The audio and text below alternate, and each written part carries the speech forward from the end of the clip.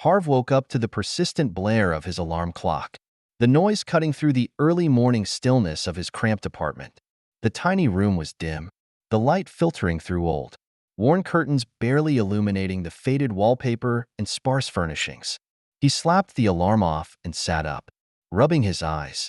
Across from him was his mother's room, her door slightly ajar. He tiptoed over and peered in. She was still asleep, her frail chest rising and falling with each shallow breath. He crossed to her bedside, where a clutter of orange prescription bottles stood on the nightstand. Picking up one, its label half peeled, he shook out 2 pills, poured a glass of water, and gently touched her shoulder. "Ma, it's time for your meds," he said softly.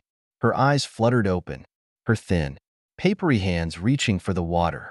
"Thank you, baby," she whispered, her voice barely audible. Harv nodded and smiled faintly before checking the time. He had 15 minutes to get ready for his shift at the mall.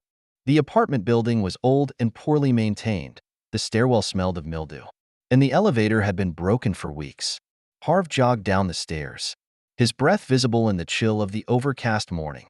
The bus ride to the mall was uneventful, his thoughts occupied by overdue bills and the endless list of medications his mother needed. By the time he arrived at work, his face was a mask of quiet determination. The security office at the mall smelled faintly of stale coffee. Mr. Richards, his stern-faced supervisor, was already there. "Harv, I need you on your A game today. No wandering off. No distractions." Richards barked. Harv nodded, grabbed his security vest, and headed to his post. The hours dragged as he patrolled the mall's entrances and monitored cameras. Shoppers bustled about, their chatter blending into the background noise. When his shift moved to the parking lot, Harv let out a sigh of relief. The quiet outside was a welcome break. As he walked along the rows of parked cars, he noticed an elderly man standing beside an SUV with a flat tire. The man leaned heavily on a walking stick, fumbling with his phone, his face a picture of frustration and helplessness. Harv hesitated. He wasn't supposed to leave his designated area, but the man caught his eye, his expression a silent plea for help. Harv approached. "Need some help, sir?" The old man looked up, relief washing over his face. "Yes, please. I can't seem to get this tire changed." "Don't worry. I've got it," Harv said, rolling up his sleeves. The SUV's jack was rickety, and the work was harder than he anticipated. But Harv powered through, aware of a security camera pointed in his direction. "There you go," he said as he finished. The old man smiled, his gratitude evident. "Thank you, young man. What's your name?" "Harv," he replied. "Just glad I could help." "You're a good kid. Not everyone would stop to help." Harv smiled faintly, his stomach twisting as he noticed the camera's red light blinking. He escorted the old man back to his car, watching as the vehicle disappeared down the road. With a deep breath, Harv turned back toward the mall, a sinking feeling settling in his chest. When he returned to the security office, Mr. Richards was waiting. His expression was unreadable as Harv handed in his radio and vest. The silence was heavy, broken only by the click of a monitor showing the parking lot footage. "You left your post," Richards finally said, his voice cold. "You know the rules." Harv tried to explain, but Richards cut him off. "I don't care why you did it. Liability is liability. Consider this your termination notice." Harv stared at the paper Richards slid across the desk, the words blurring as he blinked back disbelief. Grabbing his belongings, he left without another word, his heart heavy with the weight of his decision. The next morning, Harv's alarm rang as usual, but the routine felt hollow. He went through the motions, caring for his mother and forcing a smile when she asked about work. "It's fine, Ma. Don't worry about it," he reassured her, swallowing the lump in his throat. The following days were a blur of job applications and rejections. Harv applied everywhere: supermarkets, warehouses, delivery jobs, but his dismissal from the mall cast a long shadow. Each day ended with him returning to his mother, the stack of unpaid bills growing taller. One afternoon, a sleek black car pulled up in front of their building. Harv watched from the window as an older man stepped out. It was the man from the parking lot. "Harv, the man called, smiling warmly. "I've been looking for you." Harv stepped outside, his brows furrowed in confusion. "What are you doing here?" The man's smile widened. "I own Thompson Security Services. I heard what happened to you, and I think it's wrong. I could use someone like you on my team." Harv blinked, stunned. "Are you serious?" "Dead serious," Mr. Thompson replied, handing him a business card. "Come by my office tomorrow. Let's get you started." The next morning, Harv dressed in his best clothes and headed to the address on the card. The office was modern and bustling, a far cry from the mall's dingy security office. Mr. Thompson greeted him warmly, outlining the details of the job. "You'll start as a junior supervisor," Thompson said. "Better pay, benefits, and health insurance for your mom." Harv felt a lump rise in his throat as he shook Thompson's hand. "Thank you, sir. I won't let you down." Over the following weeks, Harv threw himself into his new role. The work was challenging, but he thrived under Thompson's mentorship. His team respected him, and the clients appreciated his dedication. For the first time in months, Harv felt like he was on solid ground. The best part was being able to provide for his mother. Her health improved with consistent medication, and the worry lines on her face began to fade.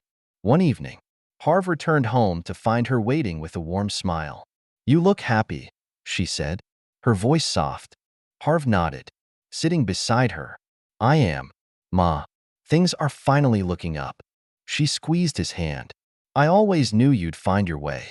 As Harv sat there, he realized that everything he'd been through had led him to this moment. The struggles and sacrifices had been worth it. He had built a life he could be proud of, and for the first time in a long time, he felt hope for the future. Weeks turned into months, and Harv found himself growing more comfortable in his role. He began overseeing larger accounts, managing incidents, and training new recruits.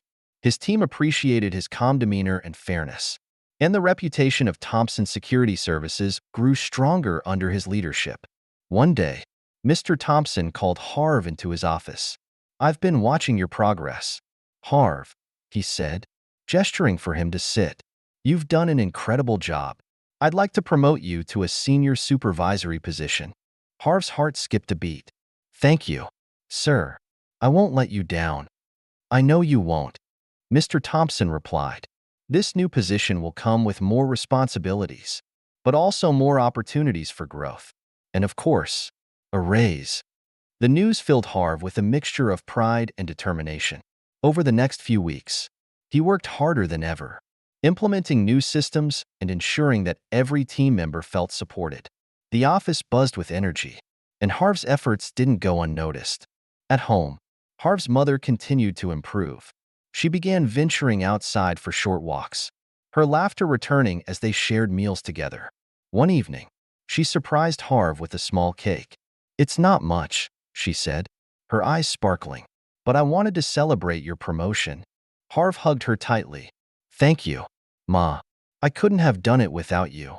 The next chapter of Harv's journey came with an unexpected challenge. One of the company's largest accounts experienced a breach, and Harv was called in to investigate. The situation was tense, with the client demanding answers and reassurance. Harv spent long hours poring over security footage, coordinating with his team, and implementing new protocols to prevent future incidents. When the issue was resolved, the client's gratitude was immense. "You saved us from a major disaster," the CEO said during a meeting. "We're increasing our contract with Thompson Security, and we want you as our main point of contact." The recognition was a turning point for Harv. Mr. Thompson pulled him aside afterward. "This is just the beginning, Harv. You have a natural talent for this work, and I can see you leading this company one day." Harv's mind raced at the possibility. Could he really take on such a monumental role? The thought both excited and terrified him, but he resolved to keep learning and growing. At home, Harv's mother noticed the change in him. "You're more confident now," she remarked one evening. "You've found your place." "I think I have," Harv replied, smiling. "And it's all because of you, Ma. You kept me grounded when everything felt like it was falling apart." As Harv looked out the window that night, the city lights twinkling in the distance, He felt a deep sense of gratitude. The journey had been long and difficult, but it had brought him to a place of stability and purpose. And for the first time, he allowed himself to dream of what the future might hold, not just for himself, but for the mother who had always believed in him. The following months brought even greater changes. Harv was tasked with leading a company-wide initiative to modernize their security systems. It was a daunting project, involving new technology and extensive training for the team. But Harv tackled it head-on, pouring countless hours into research and preparation. The launch was a resounding success, earning praise from clients and securing Thompson Security Services' reputation as a leader in the industry. Mr. Thompson couldn't have been prouder. You've exceeded every expectation. Harv, he said during a company meeting, I'm promoting you to Vice President of Operations. The announcement was met with applause, and Harv felt a swell of emotion. He had come so far from the days of struggling to make ends meet, and now he was in a position to truly make a difference. At home, his mother's health continued to improve. She beamed with pride as Harv shared the news. You're unstoppable, my boy, she said, her voice filled with joy. I always knew you'd do great things. Harv took her hands in his. It's all for you, Ma. You're my inspiration. As Harv settled into his new role, he found himself reflecting on the journey that had brought him here. The challenges, the sacrifices, and the moments of doubt had all shaped him into the person he had become. And as he looked to the future, he knew that he was ready for whatever came next.